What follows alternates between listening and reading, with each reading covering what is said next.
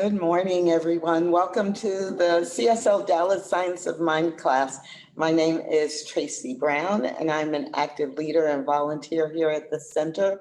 And I love this class. I love that we take the time to dive into the Science of Mind textbook and really look into and play with the concepts and the principles from the Science of Mind, a philosophy of faith and a way of life. Dr. Petra has a well-deserved day off, and I'm glad that you have joined us either by Facebook Live or in the Zoom room. As you may already know, if you're in the Zoom room, you will be able to ask questions by typing into the chat or by raising your hand, and our amazing communications manager, Ryan Brown, will be monitoring that and either bring you into the room or share your question with me. And if you're on Facebook Live, I encourage you to also chat and to have a conversation with each other and about anything, commenting about anything that comes up or asking questions there. But before we get into any of that, let's start where we always begin, by centering ourselves in prayer. So taking this breath, I simply remember that there is an infinite intelligence that has created and is right now operating the universe, all parts of the universe, all forms of life. And it is the wisdom of this infinite intelligence that draws us together to explore these universal spiritual concepts captured in and described by Ernest Holmes in The Science of Mind. Appreciating this opportunity to delve deeply into the same consciousness that guided Christ, that guides each one of us right here and right now, we simply agree that this is the perfect time to learn, to question, to explore, and to expand our understanding. So with deep gratitude for the willingness and the readiness to dive in, to learn more, to evolve, I just release these words and transform them into actions, speaking, questions, responses, thoughts, and the activity of this class, knowing it can only be good. And we affirm it together by saying, and so it is.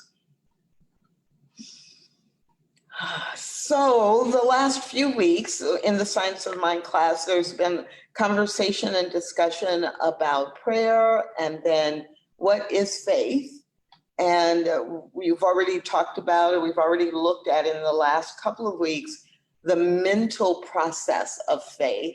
Last week, the topic was vitalizing faith. How do we go from the mental process into actually experiencing it, giving life to that mental process? And today we're going to begin on page 160 in the textbook, if you're following along there, with a section that is titled The Technique of Acquiring Faith. So I'm going to set a little bit of a grounding so that we are on the same page. And as I read from the textbook, if that brings up a question for you, again, either raise your hand if you're on Zoom or put it in the chat on Zoom or Facebook Live. Here's what Ernest Holmes says about the technique of acquiring faith. One cannot be a good student of the science of mind who is filled with fear and confusion. She must keep herself in a state of equilibrium, in a state of poise, peace, and confidence, in a state of spiritual understanding. By spiritual understanding, it is not meant anything strange or unnatural, but merely that the belief in goodness must be greater than any apparent manifestation of its opposite.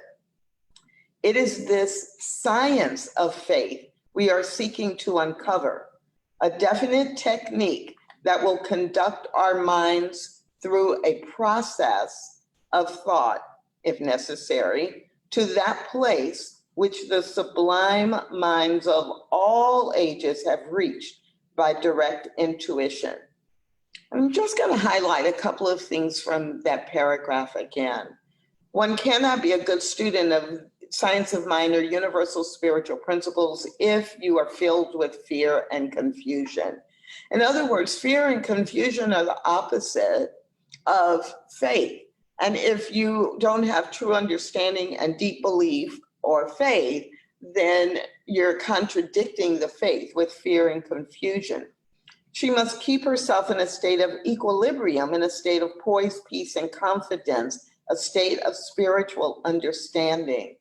Now, I love this because really that poise, that peace, that confidence is the expression of faith, the mental aspect of faith. If I have faith, then I am able to be poised during those situations where there is drama, right? I can have a sense of confidence that everything is working for good, even though I may not be able to see it right now.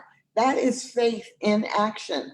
So a state of equilibrium, a state of poise, peace, and confidence is representing a state of spiritual understanding, that everything is good or leading to good, that God never forsakes me and I am always moving toward my good, that even though I cannot see it right in this moment, I know this must turn into good.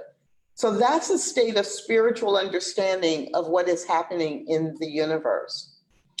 By spiritual understanding, it's not meant that anything strange or unnatural is happening, but merely that the belief in goodness must be greater than any apparent manifestation of its opposite.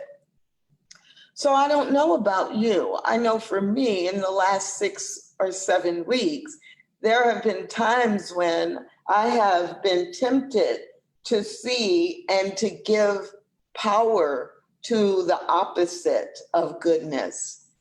When I have noticed what's happening in the world, or when I have felt afraid, or when I'm reading or listening to the news and they're talking about how many people have died, and there's the unknown.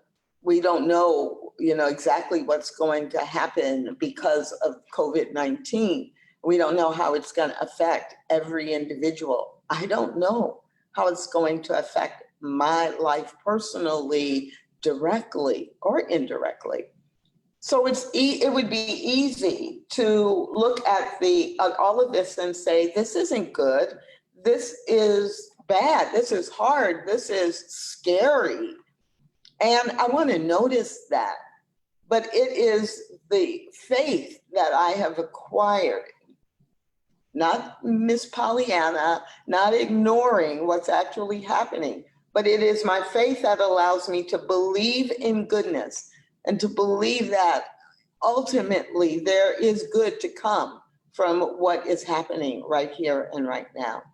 So I don't know, what about you? Or have there been times in the recent weeks where you have been tempted to lose your faith?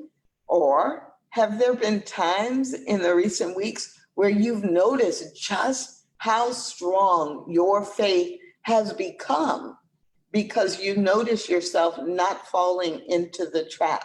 So if you have an example to share, or if you have a question about how to maintain what Ernest Holmes calls this spiritual understanding, then please, ask your question or raise your hand.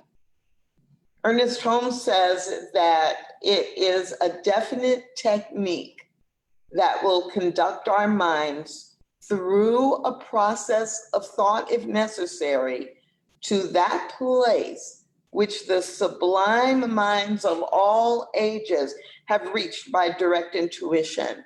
And I love that line because it reminds me that in Science of Mind, what we teach is that the principles that this is based upon are universal, and they represent a synthesis of what shows up across many religions. And the mystics from all traditions, the Christian mystics, the Buddhist mystics, the Sikh mystics, the Hindu mystics, the African mystics, the mystics from Chinese culture, the mystics from indigenous cultures around the world. The mystics over the ages have all told us that there is a place where through intuition and through divine guidance, we can have faith. We must have faith. So Ernest Holmes goes on in the next paragraph to say, there is no one who believes more in faith or more in prayer or more in the necessity of the divine will being done than one who practices daily the science of mind. This is a person who has relieved their mind of the morbid sense that the will of God can be the will of suffering.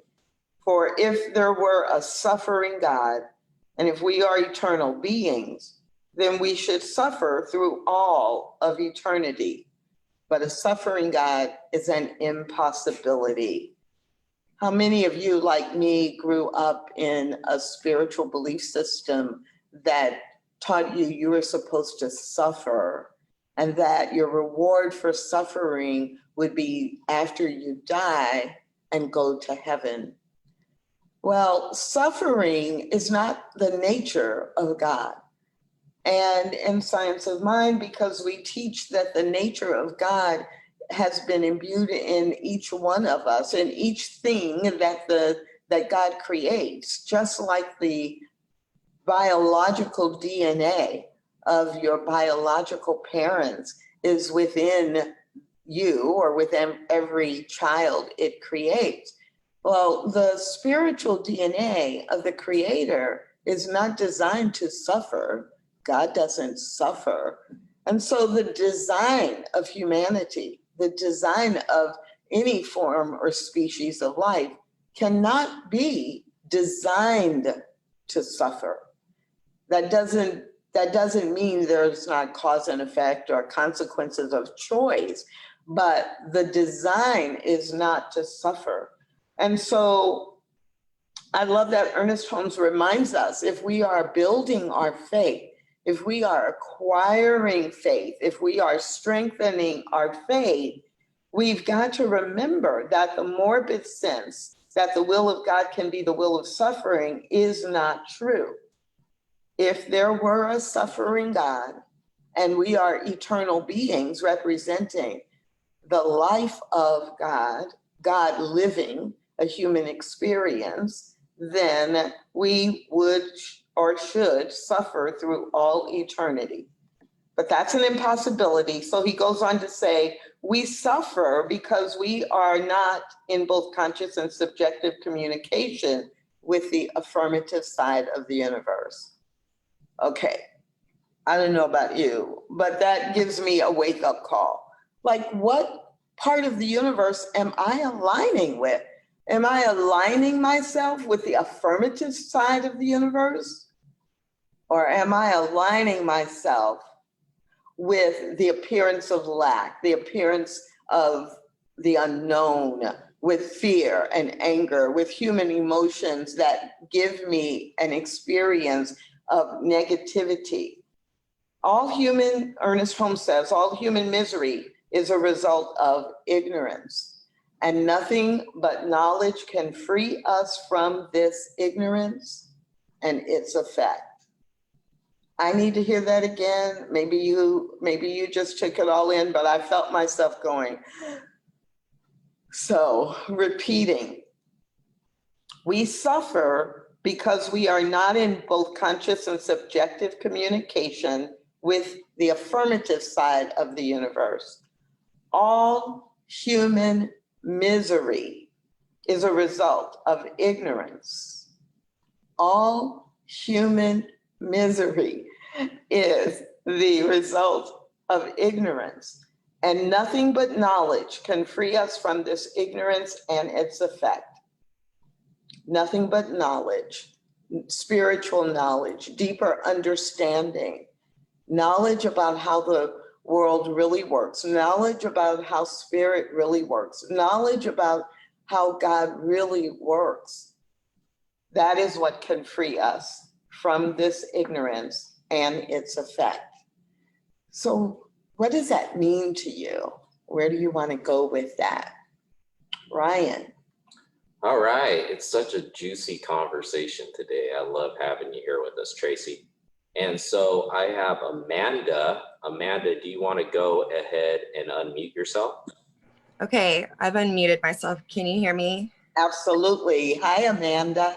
Hey guys. Hello all my friends and loved ones. So I've been on quite the journey this week.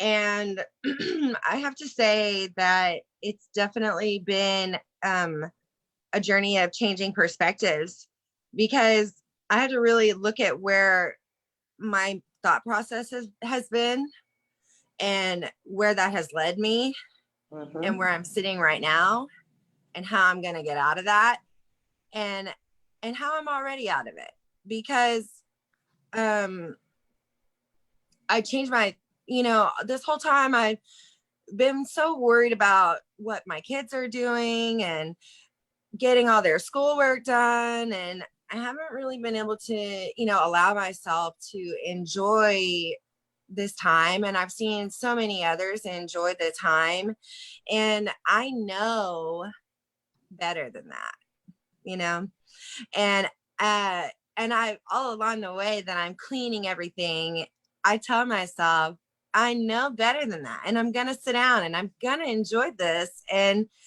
I stepped away from my meditation to do all of those things. And somewhere along the way, I got lost in it. And somewhere along the way, here I am. And I had to yesterday, it didn't start yesterday. Let me go back. So Sunday, I started running a temperature, and I'm going to hold the consciousness on this, that, all is well, because it is. And I'm okay in this. But I self-isolated Sunday. I came home from work. I started running the temperature at work, came home, put myself in my room. Everyone's fine in my house, but I really had to sit with myself and be okay with the fact that, and think about what happened, and then I really got quiet, because the first few days were kind of resting and all of this. And then I got quiet, and then I turned the TV off, and then I turned back inside myself. And then I remembered where I'm supposed to be, who I am, and all of this. And I reached out to Karen at some point and got clear in all of this. And it's been really powerful. And at one point, because I reached out to her on Friday too, but it's Friday, so she was on a walk, and she was like, I could hear her out in nature, and it was kind of funny, but she did take time for me, and I was so grateful. But she told me it's a no thing. It's a no thing. And I really have been proclaiming that, and it's been great. So she said, if whatever you decide to do, whatever it is that you do, just listen within yourself. And so I've been doing that. And so what I did was she said, even if that means you decide to go get a test or whatever, And so I did, but I made it of my own choosing. So I actually found a place that takes my insurance, and it wasn't some freaky movie scene. And it was perfect. It made me feel so good and loved. And I walked out of it feeling 100% that it's gonna be okay. And Yes. whatever it is, it doesn't matter. No matter what the case may be, it's okay. And that's that. So, and then I woke up, this morning, and I still came home, and it's no TV, and it's been peaceful, and I'm reading, and I really just turn back to what really matters most, and I let go of all that other stuff, and that's it. So I think it's all important to remember the journey that you're on, and every single little bit of it matters. Oh, Amanda, what an amazing demonstration of that journey from fear to faith. And it's a journey, because it doesn't mean that, quote unquote, things don't happen, life happens. But how do you get yourself back to seeing the affirmative side of life itself, of the opportunity?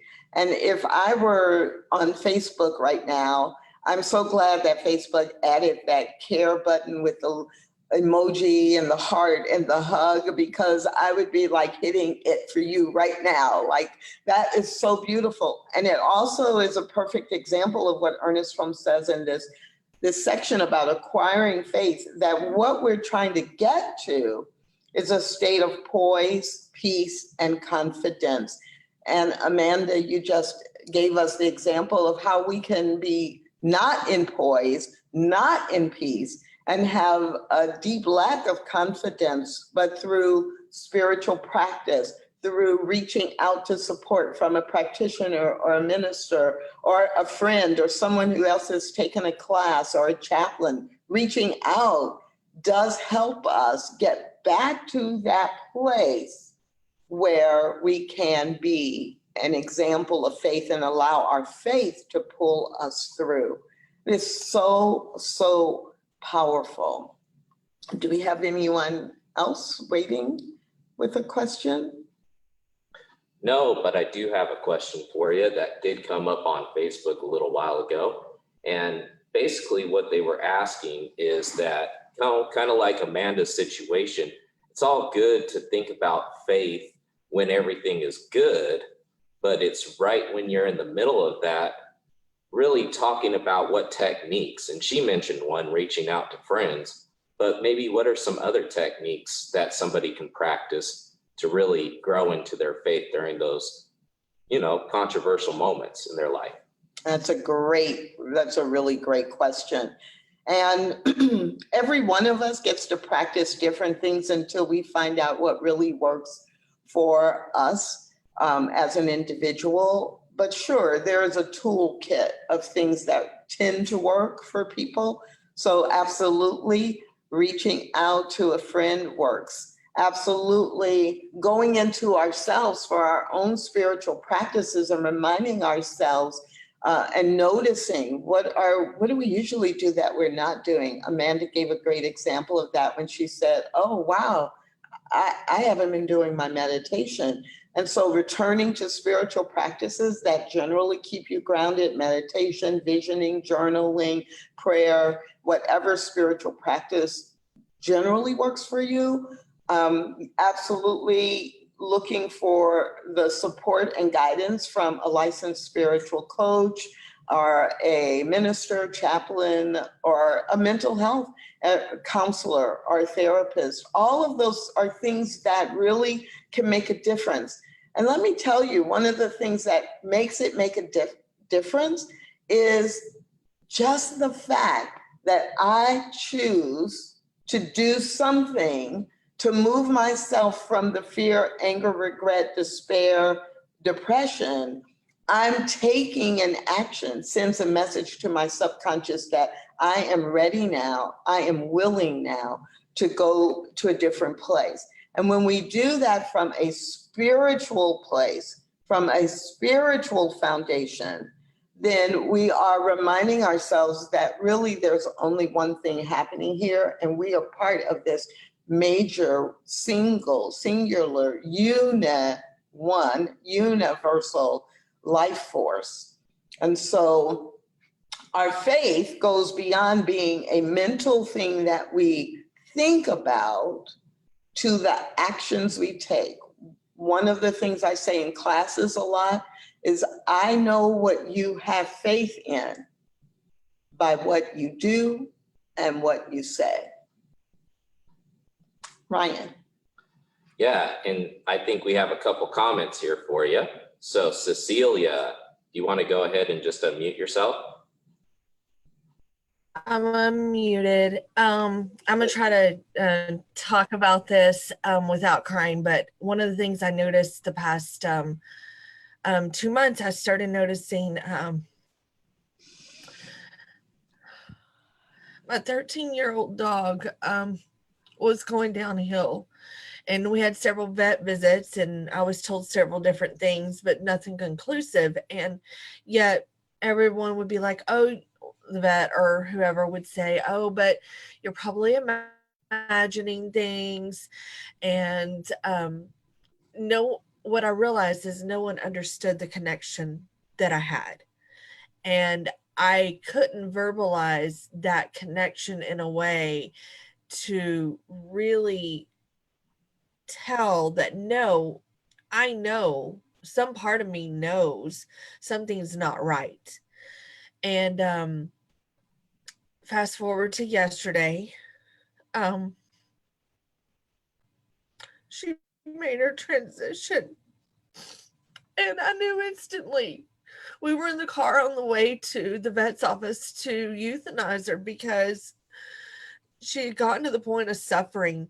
And I don't believe suffering is our state of being, just like you're reading this morning. And I thought how perfect it is, because one of the things that I did to move through the process is I did a lot of spiritual mind treatment with her, and I did a lot of meditation and sitting with her and talking to her and saying, you don't have to suffer. It's okay.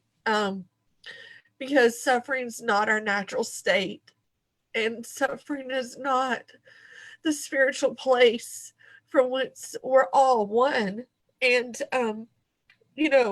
saying that out loud to her, she doesn't understand all the words, but it really brought to me the place that I live from, the place that I choose to live from.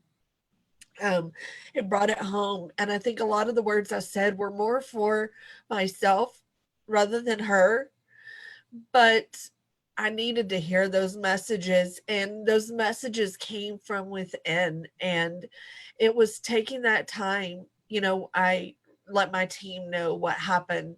And one of my team members said to me last night, she said, how something to the effect of, what a blessing this time has been then for you, because you got to take time to slow down, to spend that time, those last weeks, days, 2 months with her that you wouldn't have had otherwise. And I think it's just so important to really take in the faith and the really listening to within ourselves, because the truth is there. And so I just wanted to share that. I hope I made sense. Oh, Cecilia, not only did you make sense, but you touched my heart, and I'm sure you touched the heart of everyone who was listening and watching.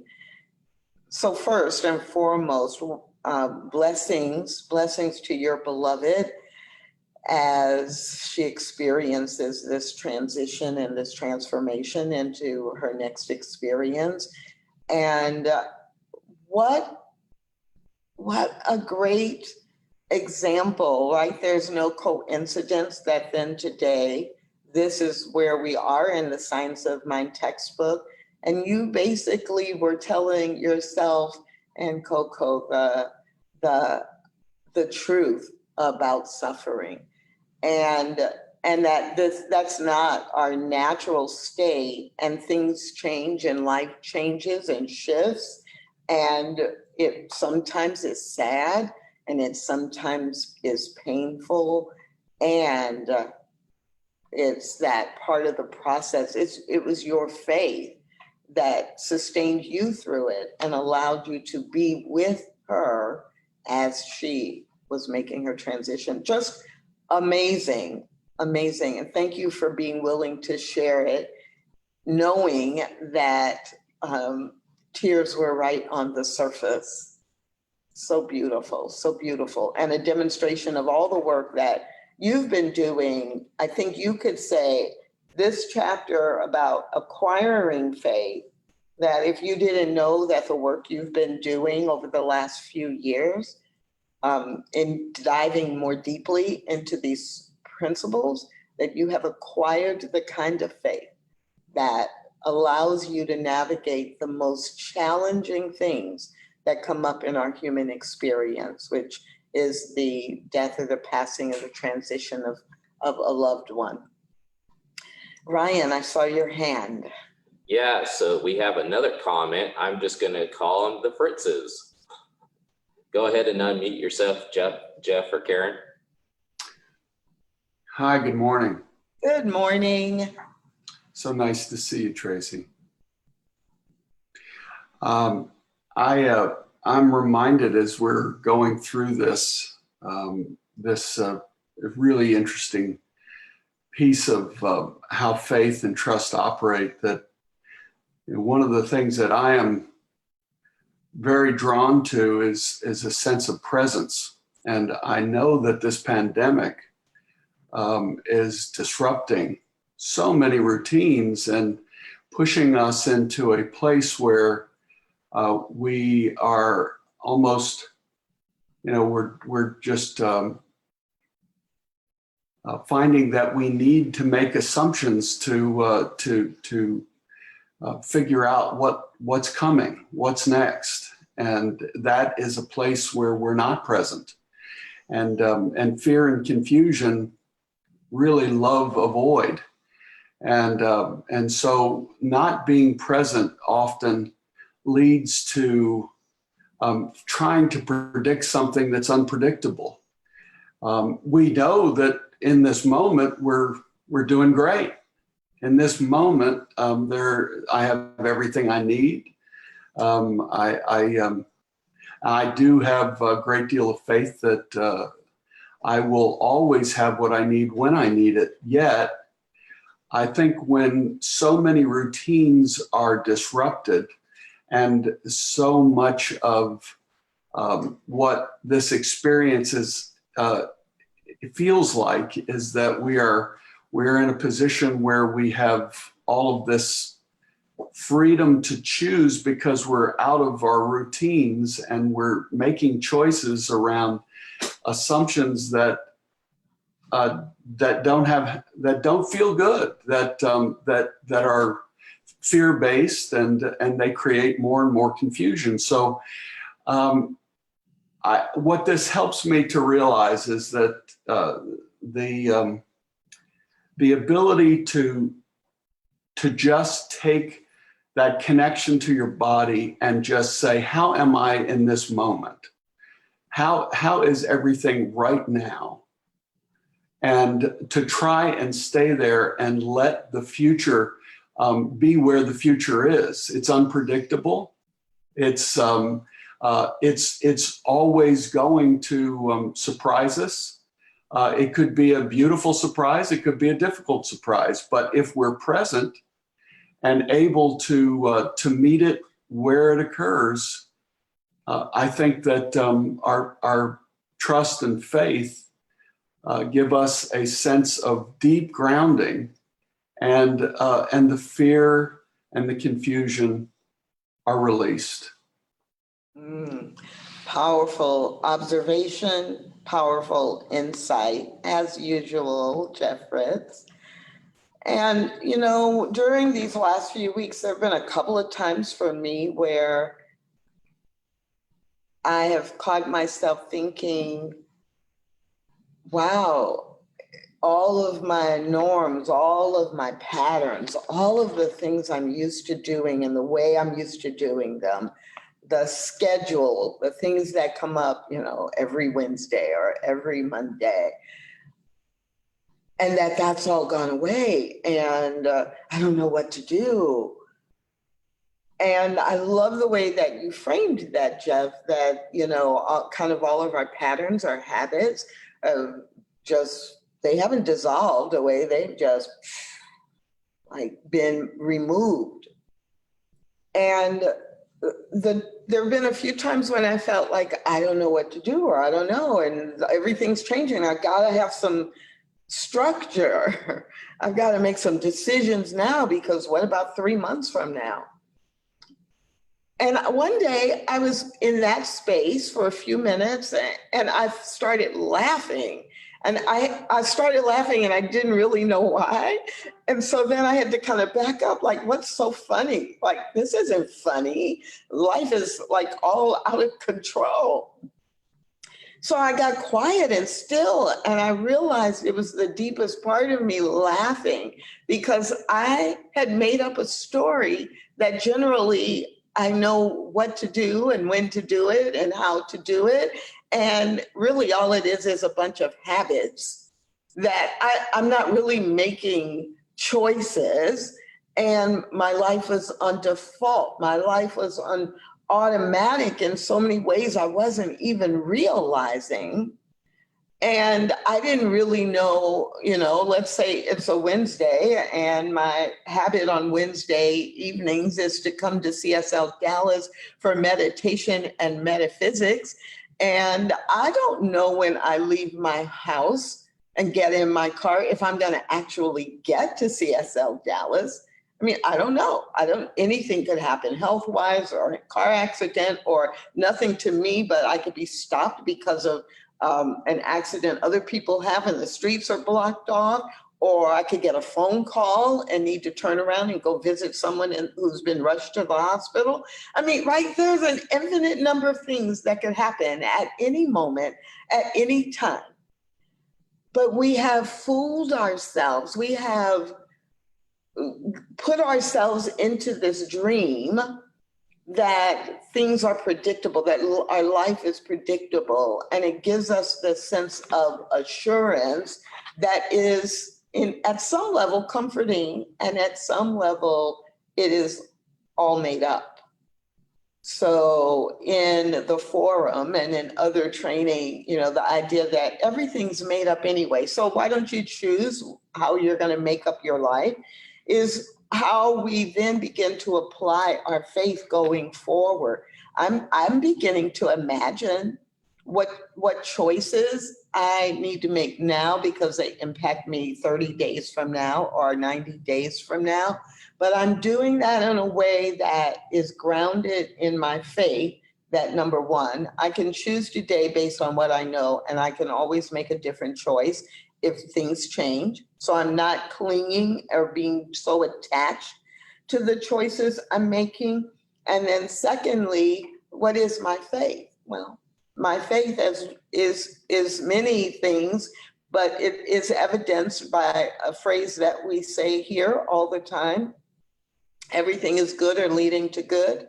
So whatever choices I make, I am making them in the knowledge that I have faith in something that is bigger than me, and that my choices and my decisions are coming from the inside out, being guided by Spirit's highest vision for Tracy's best and highest good, and that I'm doing that from a place of poise, peace, and confidence, not from a place of fear, anger, or desperation. So thanks, Jeff, because I think you're right. We are so challenged right now by living in a set of conditions that is so different and seemed to not have the boundaries or doesn't have the boundaries we're used to. And at the same time, how do we go through that grounded? And we do that by relying on our faith. Ryan, was your hand moving over there? Another comment or question? No, I think they're actually waiting for the last part of this chapter. Well, I love this next part in this chapter on the technique of acquiring faith. And it's on page 161, where I'm reading now, the second paragraph. It is wonderful to contemplate the mental attitude of people who are not afraid to believe their prayers will be answered and who are not afraid to say, I know. I'm going to repeat that. And as I do, think about what Amanda shared with us. It is wonderful to contemplate the mental attitude of people who are not afraid to believe their prayers will be answered and who are not afraid to say, I know. We shall all arrive at this same assurance, this perfect faith, in such a degree as we cease contemplating the universe as opposed to itself. We shall all arrive at the same assurance as we cease having the will to do or to be that which is contrary to the universal good. So the section is the technique of acquiring faith. Part of what I have to do to acquire faith is I have to say, I am all in.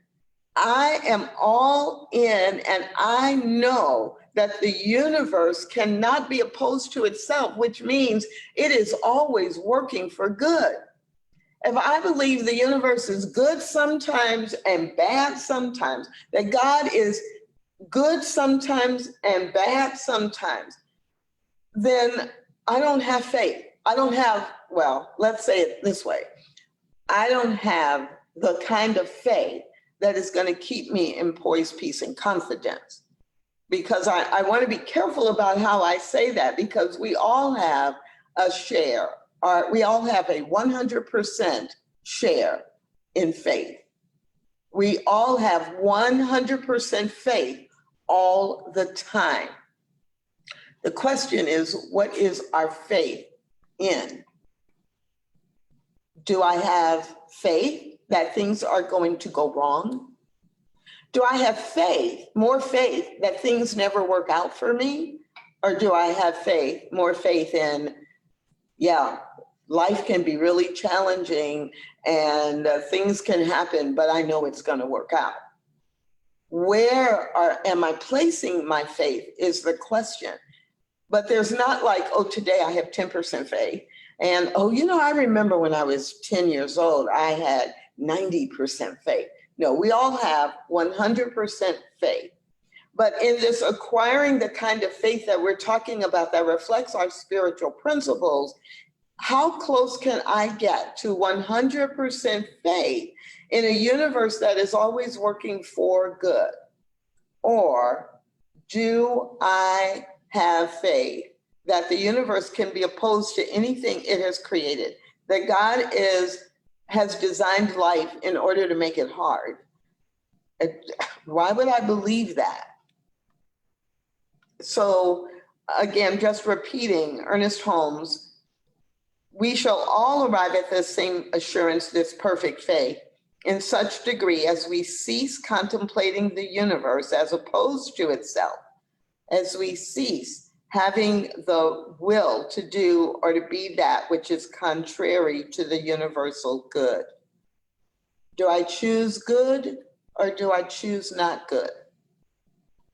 Now I'll do a little bit of an explanation here, because I remember a long time ago, but I remember the first time I started dealing with this concept of choosing good or not good. And in the context of New Thought and metaphysical teachings, that we choose our life. And it was confusing to me at times, because I might say, well, you know, I am sure that my neighbor did not choose cancer, or I am sure my neighbor did not, or my, you know, relative did not choose to lose their job and then go into foreclosure and lose their home. So when we say that you have the will to do or be that which is contrary, or we say that you are willing to choose good and not good, choose God or choose not God, it doesn't mean you control every condition or circumstance you find yourself in.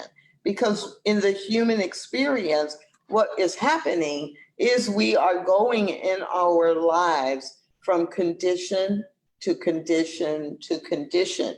And we are navigating what kind of life do we want to help have or co-create as we experience those conditions that occur in the human experience. And so if I am having an experience and I didn't consciously choose it, I still get to choose. How do I go through this grounded in faith? How do I go through this from the knowing that I have that there is a power for good in the universe? It is available to all, and I can use it. Ryan. So I have a question that came up off Facebook. How does comparison play into faith? Meaning that sometimes we might find ourselves in a situation and we say, well, this person would have done it differently. This person would have said this, or this person would have acted in this way. And so it seems like comparison can help root us in those old patterns or maybe beliefs about how we choose to show up in faith. What are your thoughts on that, Tracy? I love that question, observation and question. So comparison can be good. Comparison can be not good. Comparison can be good if we are using it not in a way of judgment, but we are using it as a way to create a mental equivalent, or if we are using it as a way to say, if that person can do that or has had that experience, I can have that experience too, or I can do that too.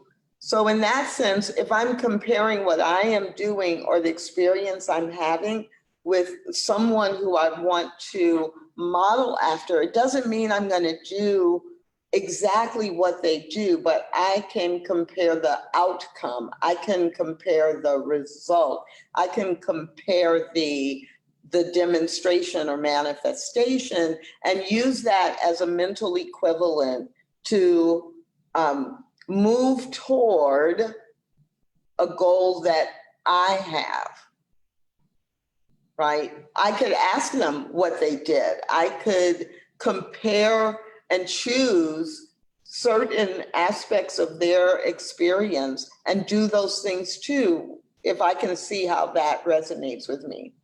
Unfortunately, most of the time that we use comparison, we use it as a negative judgment for them or for ourselves. So comparison doesn't help us if we are using it as a way to say, well, I could never have that, or I won't do it right, or I'm not doing it right. You know, look at them, look at what they have, and I don't have that. I'm doing something wrong. That's when it hurts us, because we are making that other person spirit. We are making that other person God. We are making that other person the total example of how we should be. Or if we're doing comparison and we're judging that other person and saying, well, this is what worked for me and they should be doing that too, then we're putting ourselves in that place of God. Like, I know what's best for them, or I know if I learned this, then they should learn it too, right? So it's the only place comparison can serve us is if we are connecting that comparison to what is happening deep within us and our relationship, our personal individual relationship with the perfectionist spirit that is already within us and is seeking to express, is seeking to demonstrate itself in the world, in, as, and through each one of us uniquely. So I get great ideas from people. I have people who I have worked with. I have people who have mentored me. I even have people who I have mentored, who I recognize something so amazing in them, or I watched them navigate something and it gave me the mental equivalent or the spiritual prototype that it would be possible. It's possible. Infinite potentiality and possibility exists. And then I go back within to find my own path to that demonstration or manifestation. And this, for me, there's a deep connection there with acquiring faith, because Ernest Holmes says we should be careful not to divide our mental house against itself. So that would be true if I were telling myself one thing, that I'm bad or I'm weak or I always mess up or things never work out for me. I'm dividing my mental self. I'm dividing my mental house between I really want to believe, but what I really believe is I'm not good enough. I want to trust, but my stronger belief is that I'm not trustworthy, right? Or if I do that with an external person, a relative, a friend, a neighbor, or a celebrity who I look at on, on the internet, and they look to have their life all together. I'm dividing my mental house. And Ernest Holmes said we should be careful not to divide our mental house against itself. Having announced the law of liberty, we must not deny it. When we shall all know the truth, then ways and means and methods will be found for the freedom of all.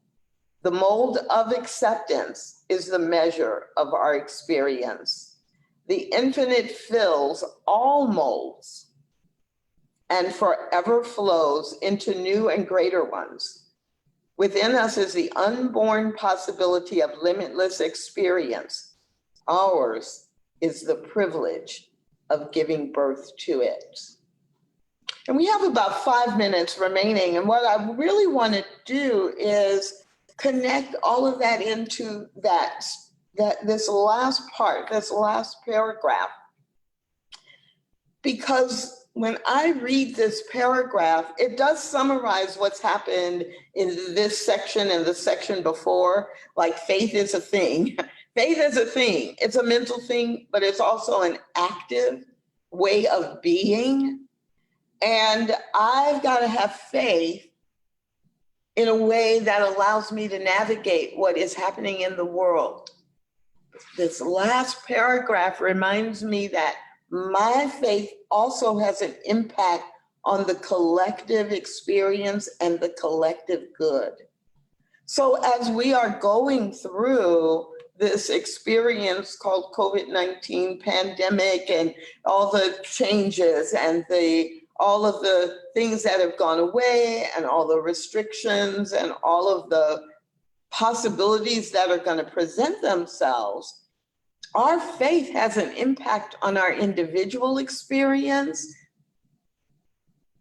Our faith has an impact on the experience of the collective as well. And that's a place I think we sometimes forget.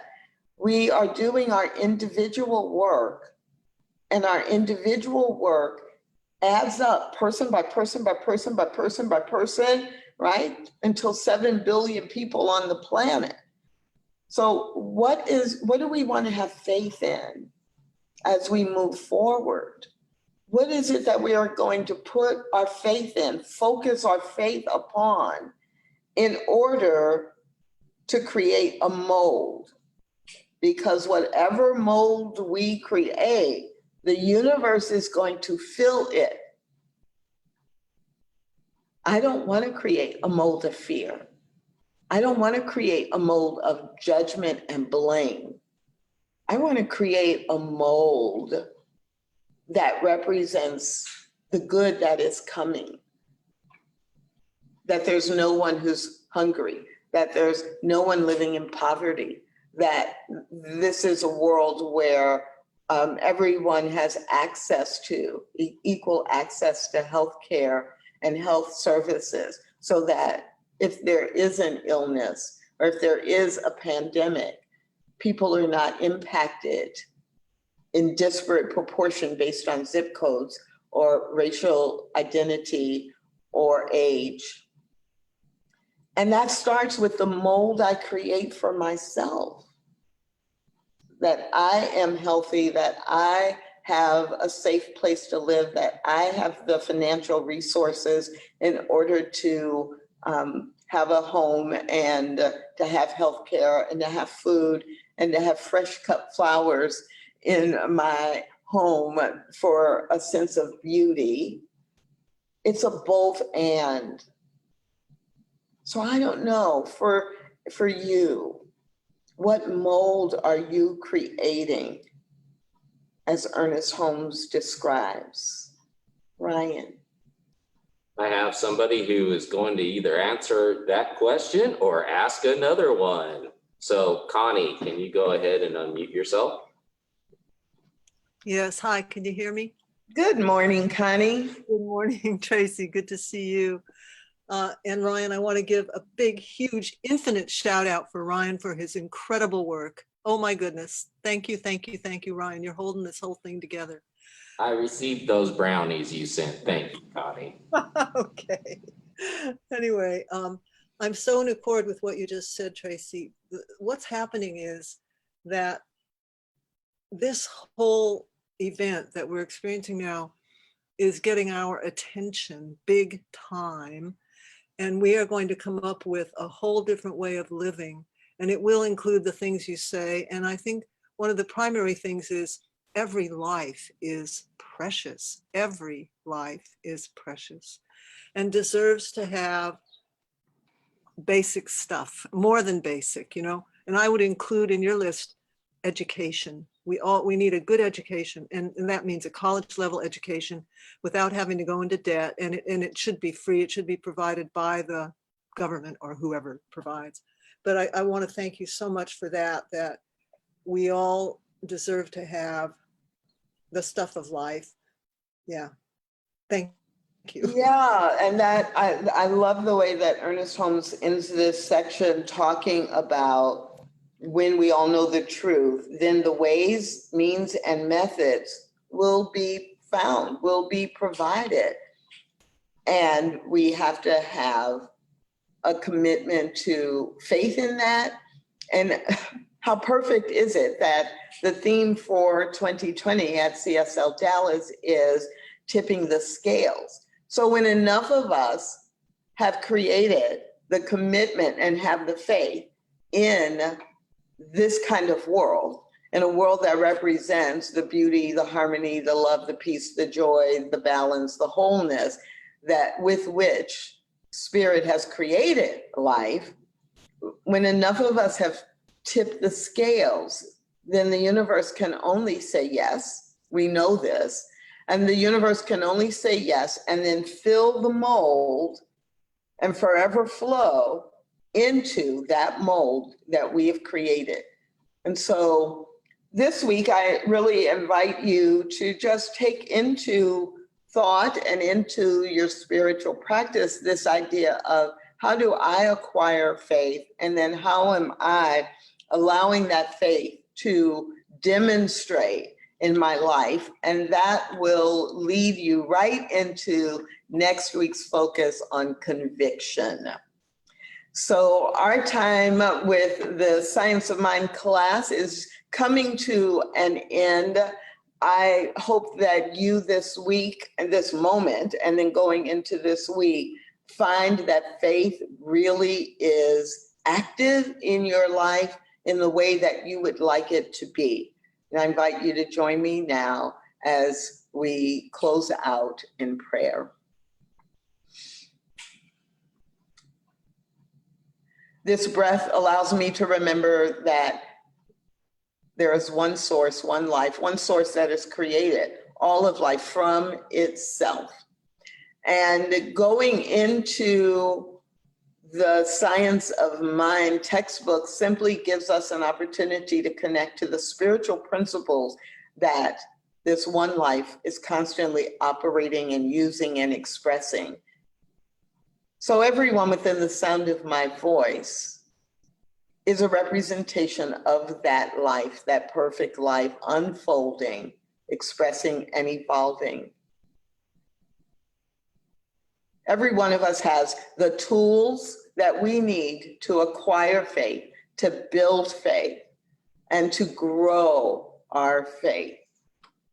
So this week, let us go forward, noticing our faith and growing our faith and demonstrating in our faith, which creates the perfect mold for love, joy, peace, health, wholeness, and prosperity and abundance, expressing without limit. And if you agree with me, then I invite you to simply breathe, smile, and say, and so it is.